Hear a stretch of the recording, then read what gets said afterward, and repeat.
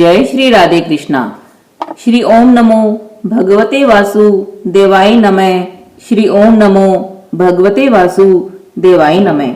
आज मैं आपको श्री कार्तिक मास महात्म्य का 11वां अध्याय सुनाने जा रही हूँ। नारद जी ने कहा, एक समय जलंधर पत्नी सहित असुरों से सम्मानित हो सभा में बैठा था तो परम कीर्तिवान श्री शुक्राचार्य जी वहां पहुंचे, जिनके तेज से सब दिशाएं प्रकाशित हो गई। गुरु जी को आता देख असुरों सहित सागर पुत्र ने उठकर बड़े आदर से उनको प्रणाम किया। तेजस्वी शुक्राचार्य ने सबको आशीर्वाद दिया। फिर आसन पर बैठकर सब दैत्य भी यथास्थान पर बैठ गए और सागर पुत्र ने नम्रता से यह प्रश्न किया, हे गुरुजी, राहु का सिर किसने काटा था? आप हमें यह बतलाएं। इस पर श्री शुक्राचार्य जी ने विरोचन पुत्र हिरण्यकश्यपु और उसके धर्मात्मा पौत्र का परिचय देकर देवताओं और असुरों द्वारा समुद्र मंथन को संक्षेप में सब कथा कहकर यह बतलाया कि जब समुद्र से अमृत निकला तो उसे देव रूप से राहु पीने चला। इस पर इंद्र के पक्षपाती भगवान विष्णु ने राहु का सिर काट डाला। यह सुनने के साथ ही जलंधर के नेत्र लाल हो गए।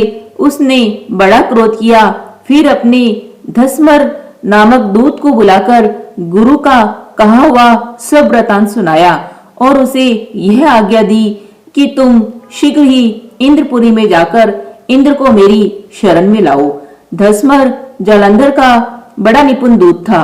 वह शीघ्र ही इंद्र की सुधर्मा नामक सभा में जा पहुंचा और जलंधर के शब्दों में कहा, हे देवता धम, तुमने समुद्र को क्यों मथा और मेरे पिता के सब रत्नों को क्यों ले लिया? ऐसा करके तुमने अच्छा नहीं किया।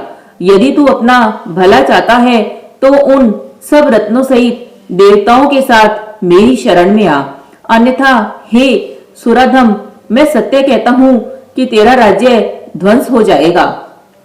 इस पर इंद्र बहुत विस्मित हुआ और कहने लगा, पहले सागर ने मेरे भय से सब पर्वतों को अपनी कुक्षी में क्यों स्थान दिया और मेरे शत्रु दैत्यों की रक्षा क्यों की?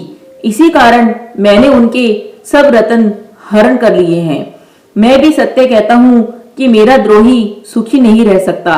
इंद्र की बात सुनकर वह दूत शीघ्र ही जलंधर के पास आया और सब बातें कह सुनाई, जिन्हें सुनते ही वह दैत्य मारे क्रोध के अपने होठ काटने लगा और देवताओं को जीतने के लिए उसने उद्योग आरंभ किया।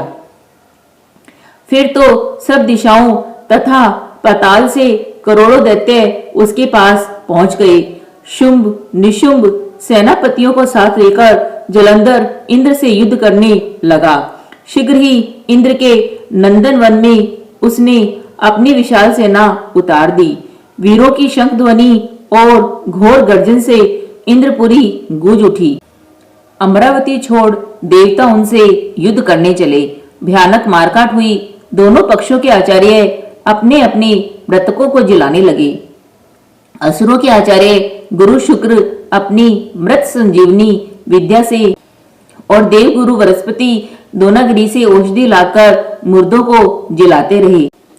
इस पर जलंधर ने अपने गुरु शुक्राचार्य से क्रुद्ध होकर कहा, मेरे हाथ से मरे हुए देवता कैसे जी जाते हैं? जिलाने वाली विद्या तो सब आपके पास ही है, फिर यह क्या बात है? इस पर श्री शुक्राचार्य जी ने देवगुरु श्री बृहस्पति जी द्वारा द्रोणागिरी से औषधि लाकर देवताओं के जिलाने की बात कह दी। यह सुनकर जालंधर और भी क्रुद्ध हो गया। श्री शुक्राचार्य जी ने कहा, क्रुद्ध क्यों होते हो? यदि शक्ति हो तो द्रोणागिरी पर्वत को उखाड़कर समुद्र में फेंक दो, तब मेरे कथन की सत्यता प्रमाणित हो जाएगी।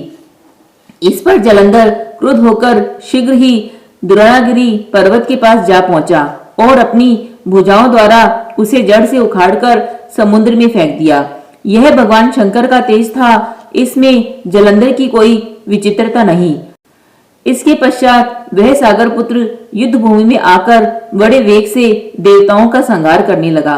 जब बृहस्पति औषधि लेने के लिए द्रोणागिरी पर्वत पर पहुंचे तो द्रोणागिरी की जगह वहां पर उन्हें सूना मैदान मिला।